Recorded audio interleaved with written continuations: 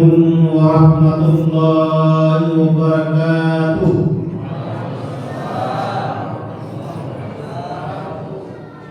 Sebelum saya memberikan tausiah, saya dahului dengan sebuah pantun. Bulan Ramadan bersinar terang, malam ke-10 semakin dekat. Mari kita tingkatkan iman agar hidup penuh berkah dan selamat. Semoga pantun ini membawa semangat dan keberkahan di malam yang penuh rahmat. Alhamdulillahirabbil alamin. Syahrul Ramadan allazi unzila fihi al-Qur'an hudan lin-nasi wa bayyinatin minal huda wal furqan. Asyhadu an la ilaha illallah wa asyhadu anna Muhammadar Rasulullah.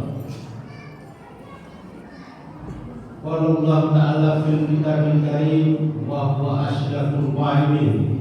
A'udzu billahi minasy syaithanir rajim. Bismillahirrahmanirrahim. Ya ayyuhallazina amanu taqullaha haqqa tuqatih wa la tamutunna illa wa antum muslimun. Shadaqallahul azim. Bapak-bapak, ibu-ibu, jamaah Isya dan Tarawih yang sama-sama dirahmati dan dimuliakan oleh Allah Subhanahu wa taala. Pertama-tama marilah kita senantiasa memanjatkan puji syukur kehadirat Allah Subhanahu wa taala. Karena pada malam hari ini kita masih malam 10 dan pada pelaksanaan ibadah puasa kita. Dan kita bermohon mudah-mudahan ibadah puasa kita dan seluruh rangkaian ibadah puasa kita dapat dijaga dan diterima oleh Allah Subhanahu wa taala. Amin. Selanjutnya marilah kita tak lupa mengirimkan salam dan salam kepada junjungan Nabiullah Muhammad sallallahu alaihi wasallam, Nabi yang diutus di muka bumi sebagai rahmatan lil alamin. Jamaah tarawih yang dimuliakan oleh Allah Subhanahu wa taala. Sebagaimana tadi oleh protokol disampaikan bahwa pada malam ini adalah akan diberikan tausiah yang menurut pentingnya takwa. Jadi berdasarkan ayat yang saya bacakan tadi itu ada hubungannya dengan takwa. Ayatnya saya sudah bacakan, maksudnya hai orang-orang bertakwa, ya ayyuhallazina amanu taqullaha, dan ditunjukkan kepada kita orang-orang yang beriman bertakwalah kepada Allah dengan takwa yang sebenar-benarnya takwa. Jangan kamu tinggalkan dunia ini sebelum sempurna keislaman.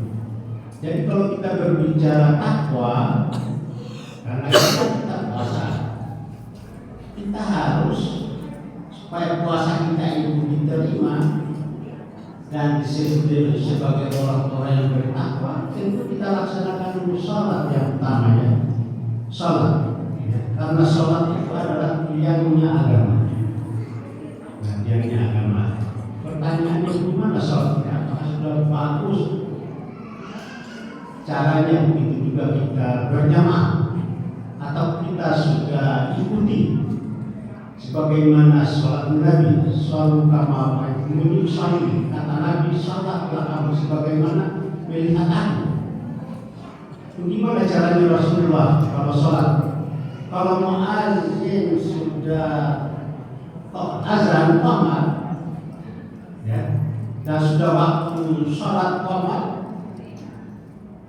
sementara qomat keluarlah Nabi, karena pintu Nabi dengan pintu masjid dekat yang antara kanan. Jadi masuklah Nabi menyeberangi pintu masjid, baru melihat keadaan jamaah.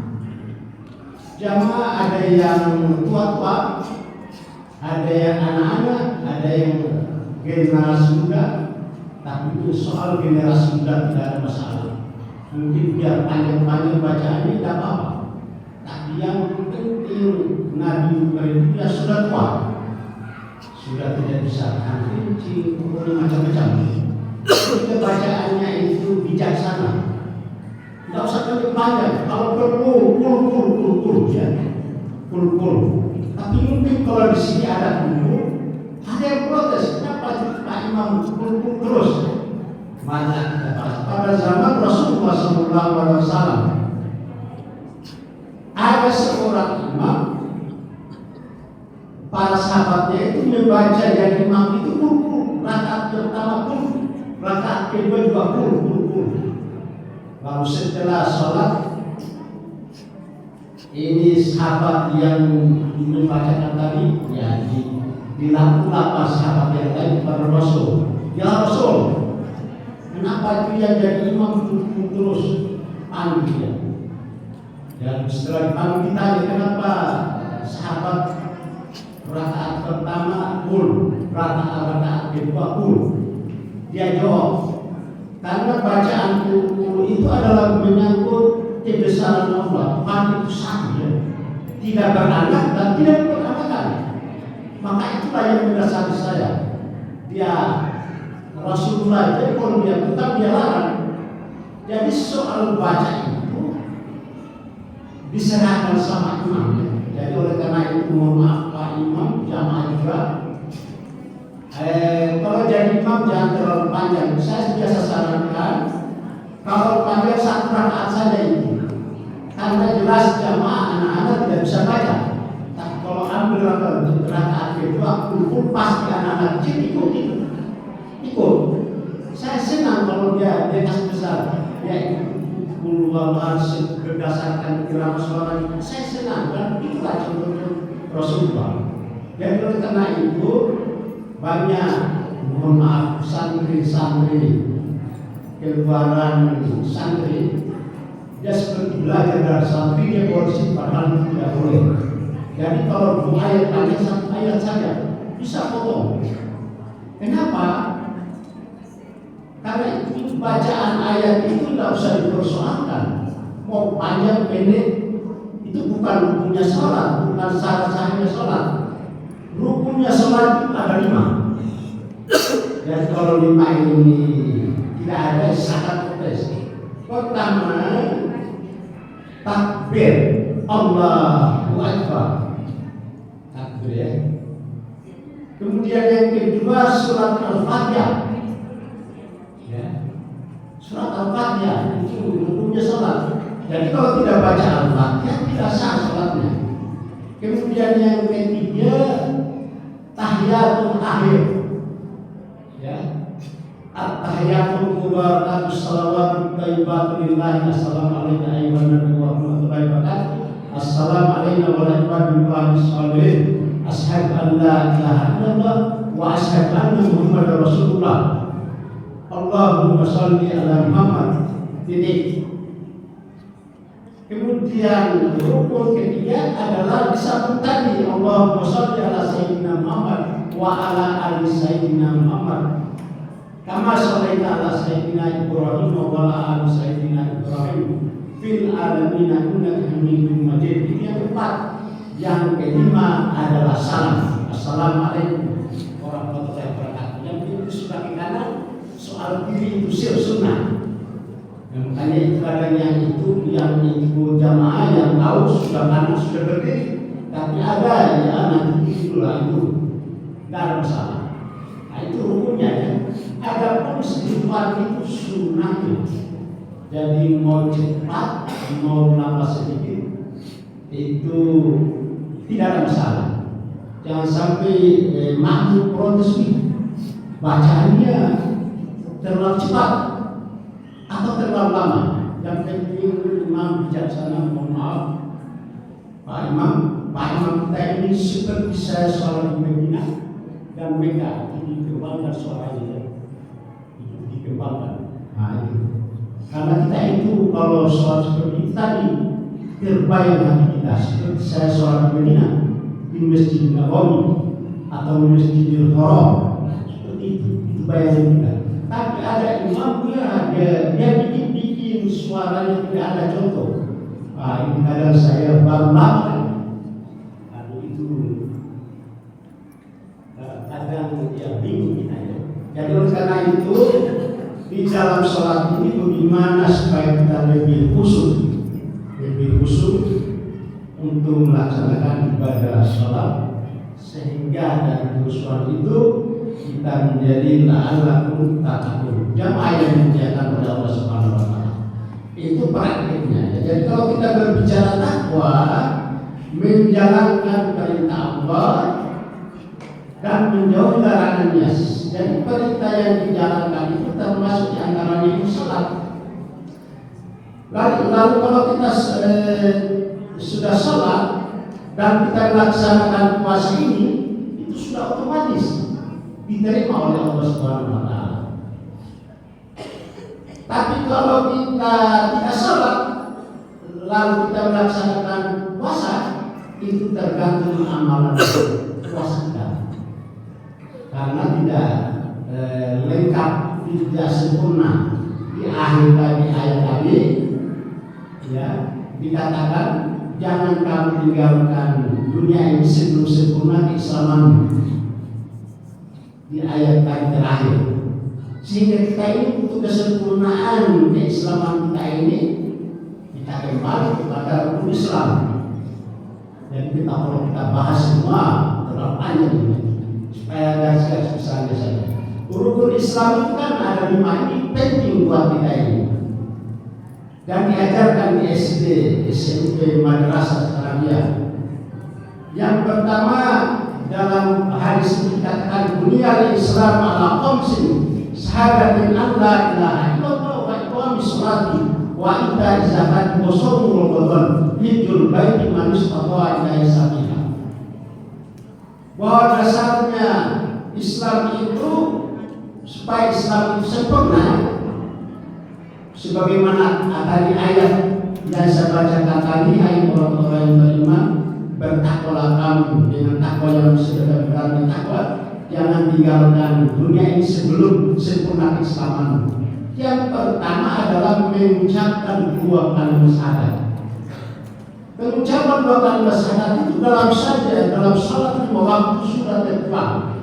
Seperti tadi saya bacakan, asyhadu an la ilaha illallah wa asyhadu anna muhammadar rasulullah.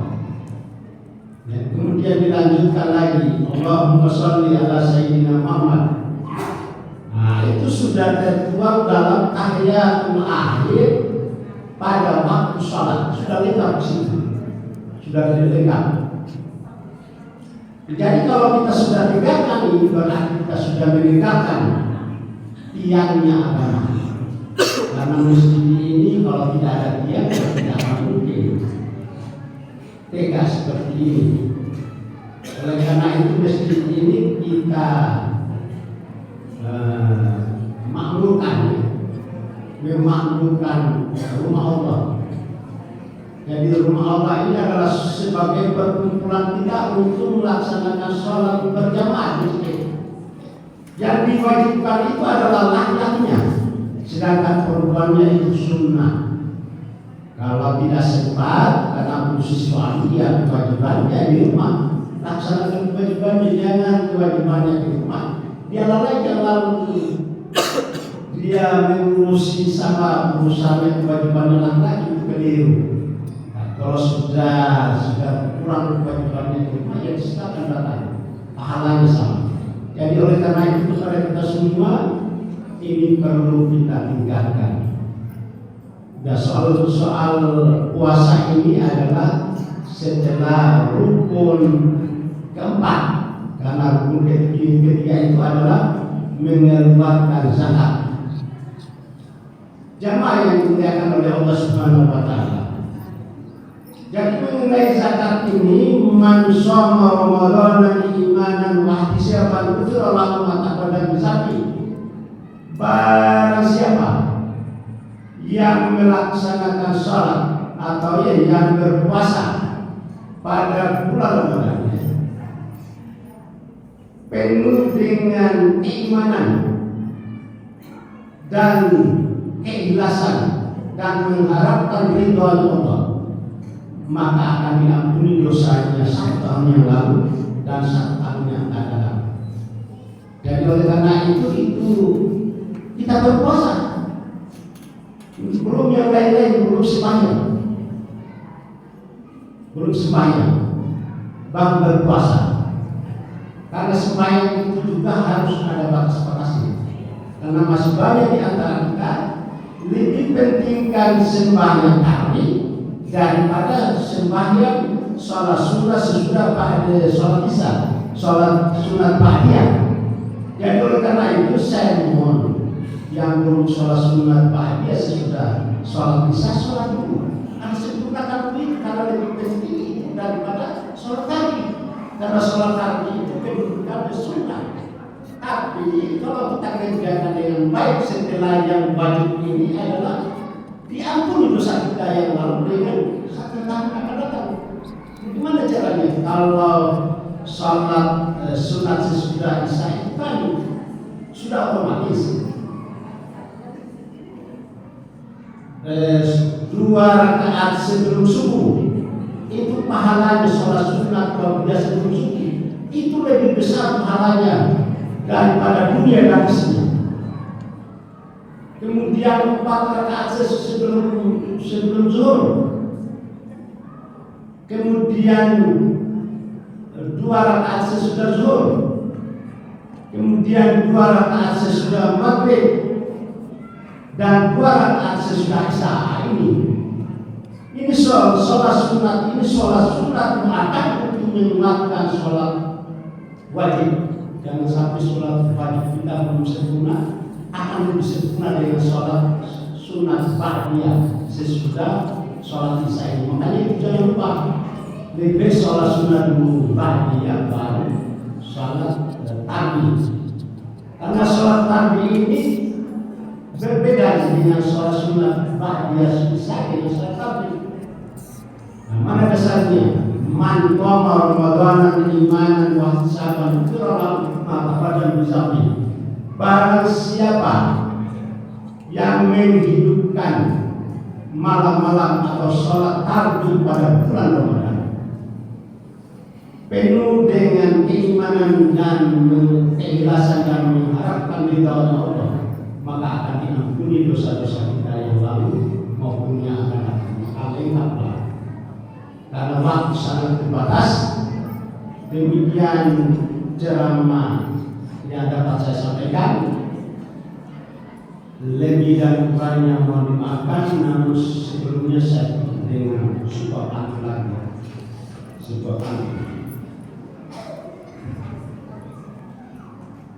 Berjalan malam penuh berkah, tarawih selesai, mari bersyukur. Semoga amal diterima Allah, menjadi hamba yang selalu makhluk. Semoga dengan pantun ini para jamaah merasa tenang dan diberkahi setelah ceramah. Demikian akhirul kalam, wabillahi taufiq wal hidayah. Assalamualaikum warahmatullahi wabarakatuh.